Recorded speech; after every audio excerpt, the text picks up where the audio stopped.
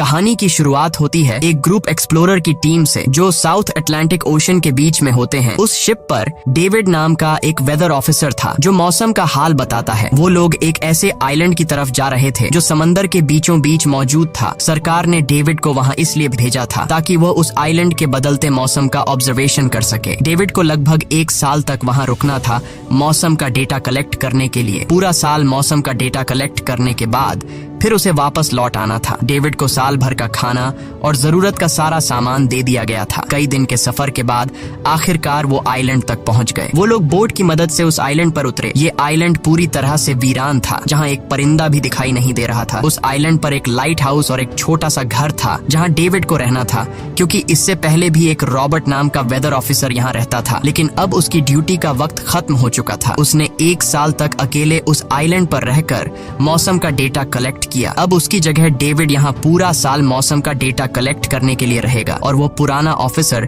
Robert ship के साथ वापस चला जाएगा। लेकिन जब पूरी टीम ने घर को विजिट किया तो वो हैरान रह गए, क्योंकि वहाँ किसी भी इंसान का नामो निशान नहीं था। कमरे के अंदर पुराने ऑफिसर का सारा सामान यहाँ वहाँ बिखरा पड़ा था। जिसके बाद कैप्टन और डेविड ने सोचा कि शायद लाइट हाउस में कोई हो सकता है। कैप्टन और डेविड बिना वक्त गंवाए लाइट हाउस की तरफ बढ़ते हैं और वो सब वहाँ एक अजीब नजारा देखते हैं। वो देखते हैं कि पूरा लाइट हाउस तेज और नुकीले लकड़ियों से घिरा हुआ था, जैसे किसी ने जानबूझकर उसे बंद कर दिया हो ताकि कोई भी अंदर न जा सके। जिसके बाद कैप्टन और डेविड ने लाइट हाउस का गेट कई बार नॉक किया, लेकिन अंदर से कोई रिस्पॉन्स नहीं मिला। आखिर में उन्होंने गेट को जोर से धक्का दिया और अंदर घुस गए। लाइट हाउस के अंदर उन्हें एक आदमी मिला जिसका नाम ग्रूनर था। जब उन्होंने ग्रूनर से पुराने वेदर ऑफिसर रॉबर्ट के बारे में पूछा तो उसने जवाब दिया कि वो तो मर गया है। वो समंदर की तरफ गया लेकिन दोबारा कभी लौटकर वापस नहीं आया। ग्रूनर की बातें सुनकर डेविड और कैप्टन दोनों चौंक गए। ये सब सुनने के बाद कैप्टन ने डेविड से कहा, अगर तुम अब भी चाहो तो हमारे साथ वापस चल सकते हो। लेकिन डेविड ने वापस जाने से इनकार कर दिया। डेविड ने सोचा अगर वो सरकार को उस आइलैंड का एक्यूरेट वेदर रिपोर्ट दे पाया तो उसे काफी मोटी रकम मिल सकती है। जिसके बाद कैप्टन ने उसे एक गन दी खुद की प्रोटेक्शन के लिए, और कैप्टन ने डेविड से कहा कि ये जगह मुझे सेफ नहीं दिखाई दे रही, अपना ख्याल रखना। इसके बाद उसे वहीं पर छोड़कर वो सब वापस चल दिए और अब ये दोबारा वापस 1 साल बाद आएंगे। कैप्टन के जाने के बाद डेविड ने घर को थोड़ा सेटल किया, रहने के काबिल बनाया। रात होने के बाद उसे ड्रॉर में एक डायरी मिली जो पुराने वेदर ऑफिसर रॉबर्ट की थी। उस डायरी में आइलैंड के बारे में बहुत कुछ लिखा था। डायरी में एक मिस्टीरियस क्रीचर के बारे में कुछ बातें लिखी गई थी, लेकिन सब कुछ साफ नहीं था, कुछ बातें अधूरी थी। डेविड हर लाइन को ध्यान से पढ़ता गया। उस डायरी में कुछ अजीब तरह के जानवरों के स्केचेस भी बने थे। डेविड को समझ नहीं आया उसने ऐसी पिक्चर्स क्यों बनाई थी। शायद वो अकेला था और टाइम पास के लिए ऐसा किया होगा। डायरी के एक पेज पर पुराने ऑफिसर के वाइफ की फोटो भी लगी थी। डेविड वह डायरी पढ़ते पढ़ते थक गया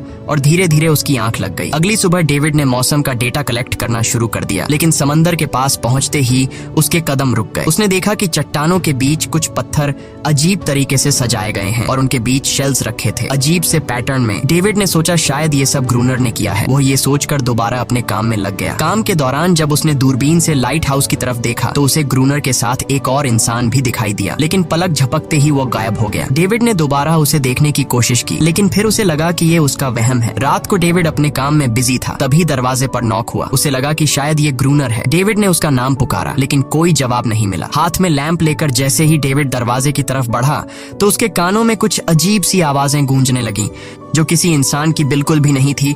और फिर उसने देखा गेट के नीचे से किसी अजीबोगरीब क्रीचर का हाथ अंदर आने की कोशिश कर रहा है। वो इंसान का हाथ बिल्कुल भी नहीं था। ये देखकर डेविड के पांव तले जमीन ही खिसक गई। वो तुरंत बेसमेंट की तरफ भागा और वहां जाकर छुप गया। कुछ ही देर में वो मिस्टीरियस क्रीचर घर के अंदर घुस चुकी थी। वह छुप छुप कर डेविड को ढूंढ रही थी और डेविड बेसमेंट के एक छोटे से दरार से उसे देखने लगा। डेविड की हलचल से उस क्रीचर ने डेविड को देख लिया, जिसके बाद वो क्रीचर डेविड को मारने के लिए तेजी से उसकी तरफ भागा और दरार से उसे पकड़ने की कोशिश करने लगा। तो डेविड ने खुद को बचाने के लिए फौरन चाकू उठाकर उसकी आंख में दे मारा। वो क्रीचर चीख के भाग गई, लेकिन वो कभी भी वापस आ सकती थी। और डेविड के दिमाग में ये बात कंफर्म हो गई कि जो डायरी में क्रीचर के बारे में बात लिखी थी वह सच है। डर के मारे वो पूरी रात सो न सका। अगली सुबह जब डेविड घर से बाहर गया तो उसने रेत पर कुछ पैरों के निशान देखे जो किसी इंसान के बिल्कुल भी नहीं थे। वो निशान सीधे समंदर की तरफ जाकर खत्म हो गए थे। अब डेविड को सब समझ आ गया था कि क्यों ग्रूनर ने लाइट हाउस के चारों ओर नुकीली लकड़ियां लगाई हैं। अब डेविड जान गया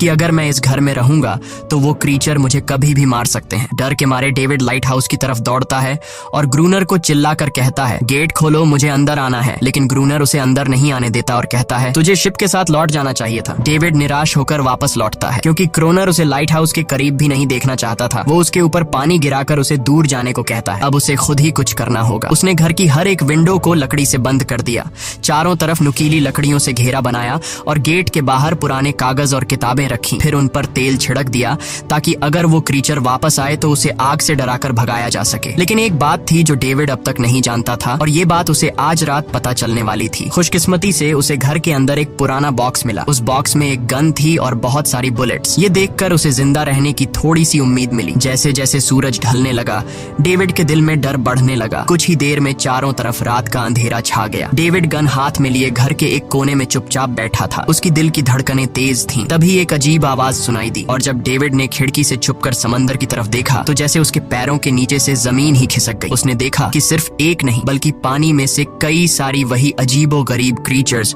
उसकी तरफ बढ़ रही हैं। कुछ ही देर में वो सब इकट्ठा होकर कमरे का गेट तोड़ने की कोशिश करने लगे। डेविड ने तुरंत गोलियां चलानी शुरू की जिनमें से कुछ क्रीचर्स गिरकर मर गए। डेविड को लगा कि गोली की आवाज सुनने के बाद वो डरकर भाग जाएंगे, लेकिन अपने साथियों को मरता हुआ देखकर वो और भी ज्यादा गुस्सा हो गए। तब डेविड प्लान बी अपनाते हुए गेट के बाहर रखे कागजों और पुरानी किताबों को आग लगा देता है। आग देखकर वो क्रीचर्स डर के मारे वापस समंदर में लौट गए, लेकिन अब वही आग डेविड के घर तक पहुंच चुकी थी। घर के दरवाजे ने आग पकड़ ली और धीरे धीरे फैलने लगी क्योंकि पूरा घर लकड़ी का बना हुआ था। डेविड ने तुरंत एक चादर में खुद को लपेटकर अपनी जान बचाई और बाहर निकलकर लाइट हाउस के पास एक बड़े पत्थर के पीछे छुप गया। क्रीचर्स को शूट करते वक्त डेविड के हाथ में काफी गहरी चोट भी आई। तभी अचानक तेज बारिश शुरू हो गई। आग धीरे धीरे बुझने लगी, लेकिन पूरी रात की बारिश के बाद भी सुबह तक डेविड अपना घर नहीं बचा पाया। पूरा घर जलकर लगभग राख हो चुका था। अब अगर डेविड को जिंदा रहना है तो उसे लाइट हाउस में पनाह लेनी होगी। उसने अपनी राइफल उठाई और लाइट हाउस के पास के पत्थरों के बीच छुप गया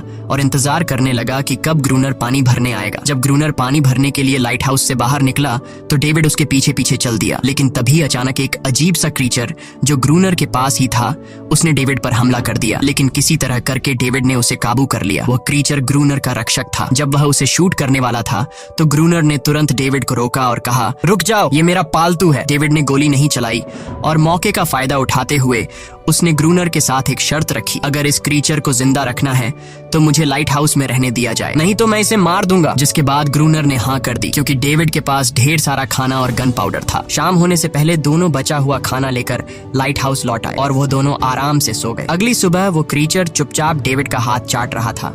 जब डेविड नींद से जागा तो उसने देखा कि इस क्रीचर के चाटने की वजह से उसका हाथ पूरी तरह से ठीक हो चुका है। ये सब देखकर डेविड हैरान हुआ। डेविड अब क्रोनर से इस क्रीचर के बारे में और जानना चाहता था और फिर ये सब दुनिया के सामने लाना चाहता था क्योंकि ये किसी जादू से कम नहीं था। डेविड ने सोचा, अगर इस क्रीचर का राज दुनिया के सामने हम लाते हैं तो डेविड और क्रोनर दोनों बहुत सारा पैसा और नाम कमा लेंगे। लेकिन क्रोनर को ये सब नहीं चाहिए था। वो इस आइलैंड से कहीं नहीं जाना चाहता था। क्रोनर का अब इस दुनिया में कोई नहीं बचा था। उसके लिए ये आइलैंड परफेक्ट था जहाँ वो अपने आप को एक किंग समझता था और अपनी मर्जी का मालिक। इसी वजह से उसने आइलैंड के कई हिस्सों में लिख दिया था, क्रोनर यहाँ का बादशाह है। लेकिन डेविड को ये समझ नहीं आ रहा था कि ये अजीब सी क्रीचर क्रोनर की फालतू कैसे बनी। तो क्रोनर ने बताया कि एक बार क्रोनर ने उसकी जान बचाई थी। वो गलती से उसके फिशिंग नेट में फंस गई थी। तब ये क्रीचर छोटी थी और उस दिन के बाद से वो क्रोनर के साथ ही रह गई। उसकी हर बात माननी शुरू कर दी। लेकिन क्रोनर एक सख्त इंसान था। वो इस क्रीचर के साथ बहुत बुरा बर्ताव करता था। क्रोनर हर दिन इस क्रीचर के साथ फिजिकल रिलेशन रखता था। क्रोनर ने बताया कि एक बार इस क्रीचर ने मुझ पर हमला भी किया था और उसके बदले में क्रोनर ने उसे ऐसी सजा दी कि उस सजा के बाद वो क्रीचर अपने आप को क्रोनर की गुलाम समझने लगी। और आप सब भी समझ गए होंगे कि हर रात वो क्रीचर समुद्र से बाहर क्यों आते हैं। वो सभी इसलिए आते हैं ताकि अपने साथी को क्रोनर से छुड़वाकर वापस ले जाए। लेकिन क्रोनर ऐसा नहीं होने देता। वो क्रीचर्स दिन के उजाले में अटैक नहीं कर सकते क्योंकि सूरज की रोशनी उनकी स्किन जला देती है। डेविड अब यहाँ और नहीं रहना चाहता था। वो किसी तरह से आइलैंड से अपनी जान छुड़ाना चाहता था। खैर, शाम होने लगी और क्रोनर ने उससे कहा, गन लेकर रेडी हो जाओ क्योंकि वो क्रीचर्स कभी भी हमला कर सकते हैं। वो लाइट हाउस की लाइट ऑन करने के लिए तैयार हो गए और कुछ ही देर में समुद्र से बड़ी संख्या में क्रीचर्स निकलकर बाहर आ गए। वो लाइट हाउस की तरफ बढ़ते जा रहे थे। क्रोनर उन पर लगातार फायर करता जा रहा था, लेकिन डेविड पूरी तरह से डर गया था। वो लाइट हाउस के अंदर की तरफ आने लगा। क्रोनर के बार बार कहने के बावजूद वो बस एक कोने में चुपचाप बैठा रहा और कुछ ही देर में डेविड बेहोश हो गया। क्रोनर पूरी रात अकेला इन क्रीचर्स से लड़ता रहा। अगली सुबह क्रोनर ने गुस्से में डेविड के मुंह पर पानी डालकर उसे उठाया और कहा, अगर तुम्हें जिंदा रहना है तो इनकी जान लेनी होगी, नहीं तो तुम्हें लाइट हाउस से निकाल निकाल दिया जाएगा और तुम्हें मेरी हर बात माननी होगी। रोजाना पानी भर कर लाना, लाइट हाउस के छोटे बड़े काम करना और रात को मेरे साथ गार्ड ड्यूटी भी करनी होगी। अब डेविड के पास दूसरा कोई ऑप्शन नहीं था। इसी वजह से ये सब करना उसकी मजबूरी बन गया। डेविड अब क्रोनर की हर बात मानने लगा, लेकिन एक चीज थी जो उसे बिल्कुल भी पसंद नहीं आई। वो ये थी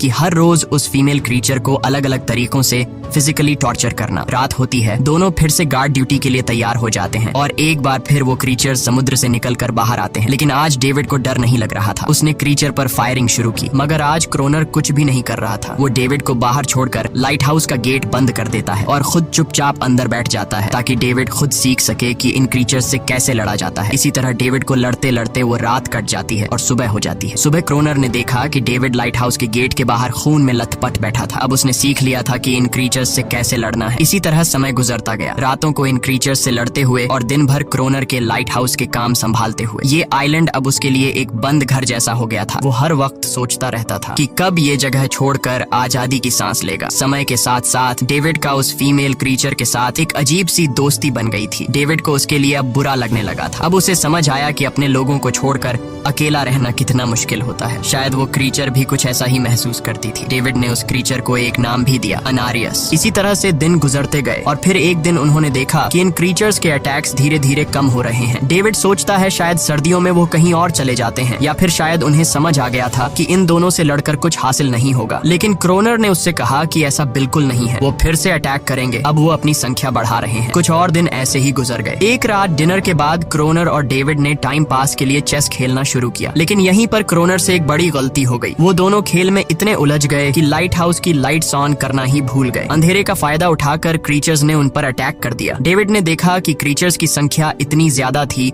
कि दो लोग मिलकर भी ज्यादा देर तक नहीं लड़ सकते थे और इस बार उनके पास कोई प्लानिंग भी नहीं थी। गन्स की बुलेट्स भी ऑलमोस्ट खत्म हो चुकी थी। किसी तरह बचते बचाते वो लाइट हाउस के टॉप तक पहुंच गए, लेकिन इस बीच क्रोनर के पैर में गहरी चोट आ गई। वो क्रीचर्स आज उन पर भारी पड़ गए थे। दोनों को लगा कि आज उनकी मौत पक्की है, लेकिन खुशकिस्मती से सुबह हो गई। जैसे ही सूरज धीरे धीरे उभरता है, वो क्रीचर्स लाइट हाउस छोड़कर समुद्र में वापस चले जाते हैं। कड़कती धूप निकलने के बाद एनेरियस क्रोनर के जख्म को ठीक करने की कोशिश करती है, लेकिन अब तक डेविड को समझ आ चुका था कि वो इन क्रीचर्स के साथ ये लड़ाई जीत नहीं सकते। बुलेट्स भी अब खत्म होने के करीब हैं। उनके पास खाना भी इतना नहीं है कि वो ज्यादा देर तक चल सके। लकीली अगले दिन जब डेविड लाइट हाउस के बाहर इधर उधर घूम रहा था तो उसने समुद्र में एक जहाज देखा। वो जल्दी से अंदर से फ्लेयर गन लाया और जहाज को सिग्नल देने गया, लेकिन क्रोनर ने उसे रोक दिया क्योंकि वो नहीं चाहता था कि डेविड यहाँ से जाए। उसी वक्त अनारियस ने क्रोनर पर हमला कर दिया। वो डेविड को क्रोनर से बचाना चाहती थी। क्रोनर किसी को भी ये आइलैंड छोड़ने नहीं देना चाहता था। ये आइलैंड उसकी अपनी दुनिया थी जहाँ वो एक किंग की तरह रहता था। वो डेविड को भी जाने नहीं देना चाहता था। इतने समय से अकेला रहने के बाद अब उसके पास कोई था जिससे वो बात कर सकता था, और अगर डेविड उस शिप में वापस चला गया तो वो वहाँ जाकर सबको एनेरियस और उनके बारे में बता देगा। इसलिए अब डेविड यहाँ से नहीं जा सकता। धीरे धीरे वो शिप डेविड की आंखों के सामने समुद्र में गायब हो गई। अब उसके पास कुछ भी करने को नहीं था। कुछ और दिन ऐसे ही बीत गए। क्रोनर अब भी डेविड और अनारियस दोनों के साथ बुरा बर्ताव कर रहा था, लेकिन अनारियस को वो खास तौर पर मारता था, जो डेविड को बिल्कुल पसंद नहीं था। एक दिन डेविड ने अनारियस को एक छोटी टॉय बोट गिफ्ट में दी जो उसने किसी मछली की हड्डी से बनाई थी। लेकिन जब अनारियस ने उस बोट को देखा तो वो डेविड को आइलैंड के एक ऐसे कोने में ले गई जहाँ सचमुच एक असली बोट रखी थी। जब डेविड ने इस बोट के बारे में क्रोनर से पूछा तो उसने कहा हाँ, उसे पहले से पता था कि आइलैंड के इस हिस्से में एक बोट है। क्रोनर कहता है कि कुछ लोग इस आइलैंड तक बोट के जरिए अपनी जान बचाने आए थे, लेकिन सुबह होने से पहले उनमें से कोई भी जिंदा नहीं बचा। सबको इन क्रीचर्स ने मार दिया। वो सब शिप में गोला बारूद ले जा रहे थे, लेकिन समुद्र में आए तूफान की वजह से उनका शिप इसी आइलैंड के पास डूब गया। ये सब सुनते ही डेविड के दिमाग में एक आइडिया आया। उनके पास एक डाइविंग सूट जैसा कुछ था। डेविड ने कहा कि अगर हम दोनों में से कोई उस सूट को पहनकर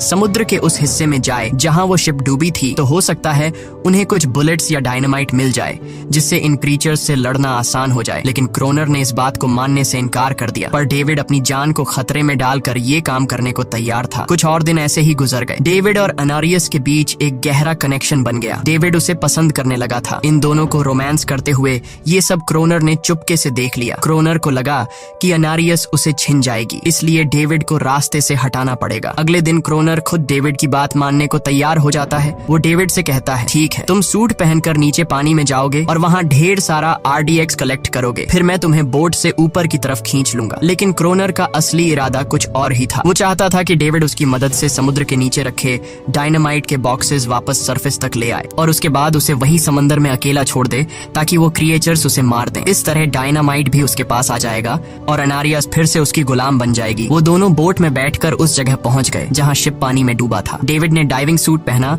और समंदर के नीचे उतर गया। नीचे जाने के बाद डेविड ने देखा कि शिप पूरी तरह तबाह हो चुकी है, लेकिन उसकी किस्मत अच्छी थी कि उसे कुछ डायनामाइट के बॉक्स मिल गए। लेकिन तभी अचानक कुछ क्रिएचर उसके सामने आ गए। क्रिएचर्स को देखते ही डेविड घबरा गया और नीचे गिर पड़ा। वो डाइविंग सूट इतना भारी था कि वह हिल भी नहीं पा रहा था और डेविड क्रोनर को ऊपर सिग्नल भी नहीं भेज पाया। क्रोनर को लगा कि शायद वह क्रिएचर्स डेविड को मार चुके हैं, लेकिन असल में वो तो सिर्फ 2 छोटे बच्चे थे। डेविड ने जैसे तैसे करके अपना डाइविंग सूट वहीं छोड़ दिया और ऊपर सतह तक खुद को पहुंचाया। उन्हें वहाँ कुछ पुराने बॉक्स मिले जिनमें डायनामाइट था। इसके बाद यह दोनों काम पर लग गए। उन्होंने लाइट हाउस के आसपास 2 लेयर्स में डायनामाइट बिछा दिया ताकि जब अगला हमला हो तो वे मॉन्स्टर्स को एक ही बार में खत्म कर सकें। कुछ महीने बीत गए और बर्फबारी का मौसम आया, लेकिन एक बार फिर वो क्रिएचर्स गायब हो गए। अचानक से अटैक बंद हो चुके थे, जैसे क्रिएचर्स को खबर मिल गई हो कि उनके लिए जाल बिछाया गया है, इसीलिए अब वो अटैक नहीं कर रहे थे। क्रोनर को लगा कि शायद अनारियस ने उन क्रिएचर्स को खबरदार कर दिया है, जिसकी वजह से वो अनारियस पर जुल्म करने लगा, लेकिन डेविड ने उसे रोक लिया। आखिर में दोनों ने मिलकर एक नया प्लान बनाया, लाइट हाउस का मेन गेट खुला छोड़ने का, ताकि जैसे ही वो क्रिएचर्स पास आए डायनामाइट से उन सबको उड़ा दिया जाए। डेविड ने चालाकी से काम लेते हुए अनारियस को लाइट हाउस के टॉप पर चीखने को कहा। एनरिस की आवाज सुनते ही सभी क्रिएचर्स गुस्से से भड़क उठे। क्रिएचर्स ने जब देखा कि लाइट हाउस का मेन गेट खुला हुआ है तो उन्हें लगा कि यह अच्छा मौका है अनारियस को छुड़ाने का, लेकिन असल में यह उनके लिए एक चाल थी। कुछ ही देर में वह क्रिएचर समंदर से बाहर निकलने लगे। वे सीधे मेन गेट की तरफ बढ़े और अंदर घुसते ही डेविड पर हमला कर दिया। डेविड भी हिम्मत दिखाता है और क्रिएचर से जान छुड़ा लेता है। जैसे ही वे सभी क्रिएचर लाइट हाउस के पास पहुंच जाते हैं तो क्रोनर डायनामाइट का लीवर दबा देता है, लेकिन ब्लास्ट नहीं होता। असल में डेविड ने उसका कनेक्शन खोल दिया था और क्रोनर उसे दोबारा लगाना भूल गया था। डेविड तुरंत ऊपर भागता है और डायनामाइट का वायर जोड़ना शुरू करता है। तब तक वो क्रिएचर्स लाइट हाउस पर चढ़ने की कोशिश कर रहे होते हैं, जिन्हें सिर्फ अकेला क्रोनर रोकता है। जैसे ही कनेक्शन पूरा होता है डेविड पहला लेयर उड़ा देता है, जिससे कई क्रिएचर्स ब्लास्ट में खत्म हो जाते हैं, लेकिन अभी भी काफी मॉन्स्टर्स लाइट हाउस पर हमला करने के लिए तैयार होते हैं। इस वजह से क्रोनर दूसरा लेयर भी ब्लास्ट कर देता है। दोनों उस जोरदार धमाके में बेहोश हो जाते हैं। अगली सुबह जब दोनों होश में आए तो उन्होंने देखा कि एनरियस वहाँ नहीं थी। ब्लास्ट में चारों तरफ मरे हुए क्रिएचर्स पड़े थे। क्रोनर उन सबको मार रहा था जो जख्मी हालत में जिंदा बचे थे। तभी डेविड की नजर उनमें से एक के गले में लटके एक नेकलेस पर पड़ी। उस क्रिएचर को तड़पता हुआ देखकर डेविड को उस पर तरस आ जाता है और उसे अपनी गलती का एहसास हो जाता है। जिन क्रिएचर्स को वह अब तक खूंखार समझते आए थे वो भी इंसानों की तरह थे, सिर्फ बोल नहीं सकते थे। लेकिन क्रोनर के लिए यह सब बेकार बातें थीं। उस दिन के बाद वह क्रिएचर्स फिर कभी अटैक नहीं कर पाए, लेकिन हर दिन समंदर के किनारे से रोने की आवाजें आती थीं। डेविड को अब तक नहीं पता था कि उन्होंने कितना बड़ा नुकसान कर दिया था, कितनी फैमिली टूट गई, कितने बच्चों ने अपने लोग खो दिए, सिर्फ एक गलतफहमी की वजह से। अगले दिन डेविड ने समंदर में उन क्रिएचर्स के कुछ छोटे छोटे बच्चों को देखा, वो सब जिन्होंने अपने परिवार खो दिए थे। डेविड ने पत्थरों का एक गोल सर्कल बनाया और उसके बीच में वह छोटी टॉय बोट रख दी ताकि एनरिस उसे देखकर वापस लौट आए। डेविड ने कई घंटे इंतजार किया, लेकिन एनरिस कभी वापस नहीं आई। सुबह नींद से जागने के बाद डेविड ने देखा कि क्रोनर सो रहा है। क्रोनर के पास कुछ पुरानी चीजें रखी थी, उनमें एक पुरानी तस्वीर भी थी, और जैसे ही डेविड ने उस तस्वीर को देखा वह हैरान रह गया। वह लड़की जिसका फोटो उसने पहले दिन पुराने ऑफिसर रॉबर्ट की डायरी में देखा था, वह कोई और नहीं बल्कि क्रोनर की पत्नी थी, और फोटो में क्रोनर उसके साथ खड़ा था। असल में 1 साल पहले आए वेदर ऑफिसर रॉबर्ट मरा नहीं, बल्कि उसने अपनी पहचान बदल दी थी, यानी क्रोनर ही वेदर ऑफिसर रॉबर्ट है, बस उसने अपना नाम बदल लिया था क्योंकि अब वह कभी इस आइलैंड को छोड़ना नहीं चाहता था। ये सब देखकर डेविड ने भी यह उम्मीद छोड़ दी कि वह कभी इस आइलैंड से जा पाएगा। अगले दिन शाम को जब डेविड समंदर के किनारे गया, उसने देखा कि उस सर्कल में रखी छोटी बोट अब वहां नहीं थी, लेकिन उसी जगह पर उसने एक क्रीचर का छोटा सा बच्चा देखा जिसके हाथों में वह बोट थी। डेविड ने अपने हाथ में जलती हुई लकड़ी को उस सर्कल के बीच में फेंक दिया ताकि वह दिखा सके कि उसका इरादा लड़ने का नहीं है और उसे किसी को खतरा महसूस न हो। वह उनके साथ दोस्ती करना चाहता था। कुछ ही देर बाद समंदर की लहरों से एनारिस निकलती है और उसके पीछे पूरा क्रीचर्स का ग्रुप भी समंदर से बाहर आता है, लेकिन इस बार कोई भी डेविड पर अटैक नहीं करता, क्योंकि वे भी अब शांति चाहते हैं। उनका इरादा सिर्फ एक सुरक्षित जगह पाने का था अपने बच्चों के लिए। लेकिन तभी वहाँ क्रोनर हाथ में बंदूक लिए पहुंच जाता है। क्रोनर को लगता है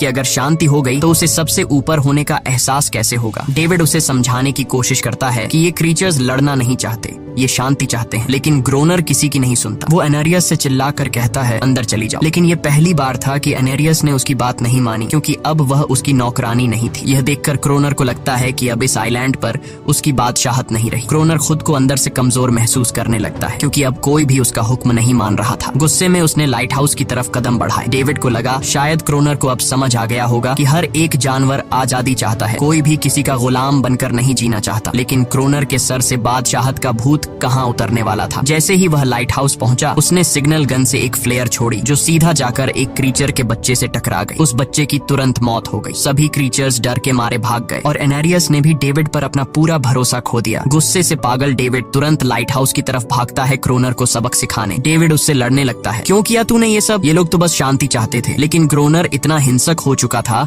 कि उसने डेविड को मारने का फैसला कर लिया। वह हाथ में लोहे का रॉड लेकर जैसे ही डेविड पर वार करने जा रहा था, डेविड ने उसे उसके असली नाम से पुकारा और कहा, रुक जाओ रॉबर्ट, तुम खूनी नहीं हो। ये सुनकर क्रोनर एकदम रुक गया। असल में रॉबर्ट ऐसा इंसान कभी था ही नहीं। इस आइलैंड पर आने के बाद अकेले रहने की वजह से उसकी मेंटल हेल्थ बिगड़ चुकी थी। अकेलापन, अपनी पत्नी की मौत और गहरा डिप्रेशन, इन सब ने उसे ऐसा बना दिया था। वह असल में कोई किलर नहीं था, वह एक अच्छा इंसान था। क्रोनर को एहसास हुआ कि ये क्रीचर्स कभी लड़ना नहीं चाहते थे, वे बस शांति चाहते थे। क्रोनर ने उन्हें सिर्फ इसलिए मारा ताकि वह खुद को पावरफुल दिखा सके। और अब क्रोनर को अपनी गलती का एहसास हो चुका था, इसीलिए उसने खुद को उन क्रीचर्स के सामने सरेंडर कर दिया और कुछ ही पलों में उन्होंने उसे मार दिया। डेविड लाइट हाउस के अंदर खुद को लॉक कर लेता है। समय ऐसे ही बीतता चला जाता है और 1 साल बाद आइलैंड पर एक गवर्नमेंट अफसर आता है, साथ में एक नया वेदर ऑफिसर भी होता है। अब नए गवर्नमेंट अफसर ने इस आइलैंड पर वेदर मॉनिटर की ड्यूटी करनी थी। जब कैप्टन पिछले अफसर के बारे में डेविड से पूछता है तो डेविड भी वही बात करता है कि वह पानी की तरफ गया था लेकिन कभी वापस नहीं आया। और वेदर ऑफिसर को भी लगता है कि डेविड ही ग्रोनर है। डेविड ने भी उनकी इस गलतफहमी को ठीक नहीं किया। वह चुपचाप बालकनी पर गया और खड़ा हो गया बिना कुछ कहे, क्योंकि अब वह भी इस आइलैंड को छोड़ना नहीं चाहता था, बिल्कुल क्रोनर की तरह। इसी दौरान एनेरिस भी अपने परिवार के साथ खुश थी। अब उन्हें किसी क्रोनर जैसे आदमी का डर नहीं था। अब वे आइलैंड पर भी और समंदर में भी आजादी से जी सकते थे। इसी के साथ कहानी खत्म हो जाती है। अगर वीडियो आपको अच्छी लगी हो तो हमारे चैनल को जरूर सब्सक्राइब कीजिए।